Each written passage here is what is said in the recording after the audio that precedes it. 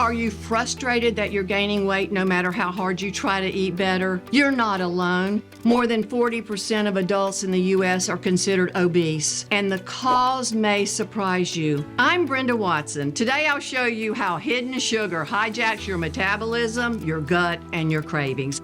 And I'll give you 3 steps to help get your sweet tooth under control. I'm not just talking about sweets. Sugar is buried in foods that we're led to believe are healthy, and that includes carbs because your body doesn't know the difference. Sugar and carbs behave the same way in your system. They don't just cause weight gain, they set you up for type 2 diabetes, heart disease, even some cancers. According to most recent statistics, up to 16% of U.S. adults have diabetes, including undiagnosed cases. But according to the CDC, 38% of adults are pre-diabetic, and most of them don't even know it. And get this, 32% of teens are pre-diabetic, and that number is only expected to rise. The problem is sugar and carbs make your body pump out insulin, and that's the hormone that basically tells you to store fat and stop burning it. And most of us are getting way more sugar than we think.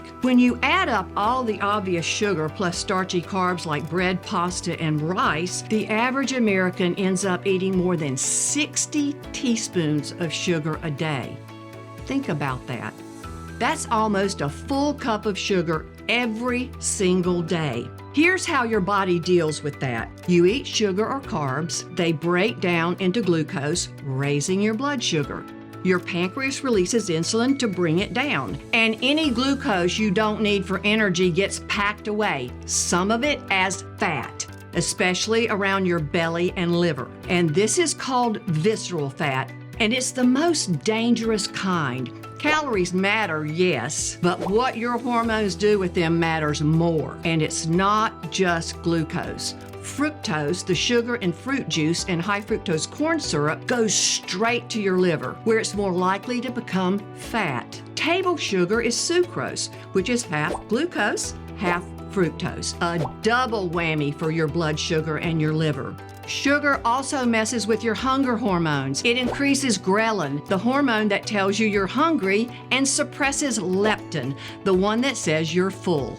The worst combo ever. It spikes cravings, makes you want more food, and leaves you unsatisfied. If you want to go deeper into hunger and cravings, check out my YouTube video on the 5 main hormones that regulate appetite. Sugar also impacts your gut. Your gut is home to trillions of bacteria, some that help you stay lean and others that make it easier to gain weight. Sugar feeds Firmicutes. They're what I call the fat bacteria. Firmicutes pull more calories from your food and crowd out Bacteroidetes, which I call the be skinny bacteria. Bacteroidetes thrives on fiber. This imbalance in your gut bacteria can disrupt your metabolism, lead to more inflammation, and make it easier for you to gain weight. But cutting back on sugar and adding some fiber helps shift the balance back in your favor. And it's hard to know how much sugar you're eating because it hides behind names like cane juice, maltodextrin, agave, or rice syrup. Even natural options like agave or fruit juice can spike blood sugar. And there are over 50 different aliases for sugar, and it shows up in more than candy or soda. It's in foods like yogurt, granola bars, salad dressings, even green juices. Why? Because sugar's addictive. It lights up your brain's reward center like a drug. This isn't just about willpower. It's biology. Food companies know how to keep you coming back for more. Your body only needs about 1 teaspoon of sugar or glucose in your bloodstream at any given time to fuel basic metabolic functions. When you consume more than that, your body has to act fast. So it burns what it can and it stores the rest as fat if it's not needed right away. Just 1 can of soda contains about 10 teaspoons of sugar.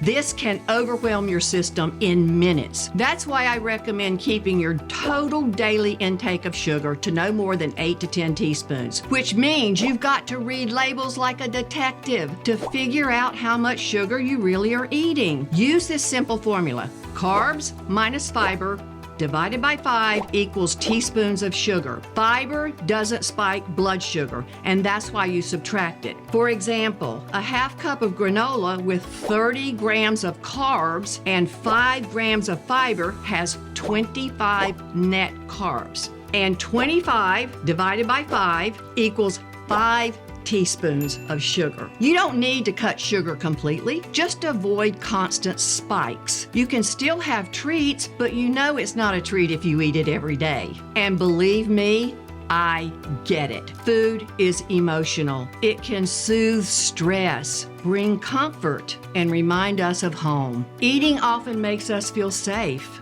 So if you're ready to reset, you'll need to honor the emotional part while learning new ways to care for yourself. Here are 3 steps to help you take back control of your sugar cravings. Step 1, balance your blood sugar. Eat protein and fiber at every meal. Avoid eating carbs alone. Always pair them with fat, protein, or fiber. Take soluble fiber before your main meals. Step 2, rebuild your gut microbiome. Cut added sugars and processed foods that feed Firmicutes, the fat bacteria. Take a high diversity probiotic. Eat prebiotic-rich foods like onions, garlic, greens, legumes. They feed the good gut bacteria and support gut healing with L-glutamine and fermented foods. Step 3, reset your reward and stress response. Get consistent sleep. Use stress tools like breath work, walking, nature. Move every day, especially after meals. Replace sugar's dopamine hit with things like music, laughter, and sunlight. And be patient. Your hunger and satiety hormones can be rebalanced. Sugar is sneaky, but when you support your gut and hormones, you can finally feel back in control. For a step-by-step guide on how to reset your sugar cravings, click the link below, and don't forget to like, comment, and subscribe for more ways to take back your health.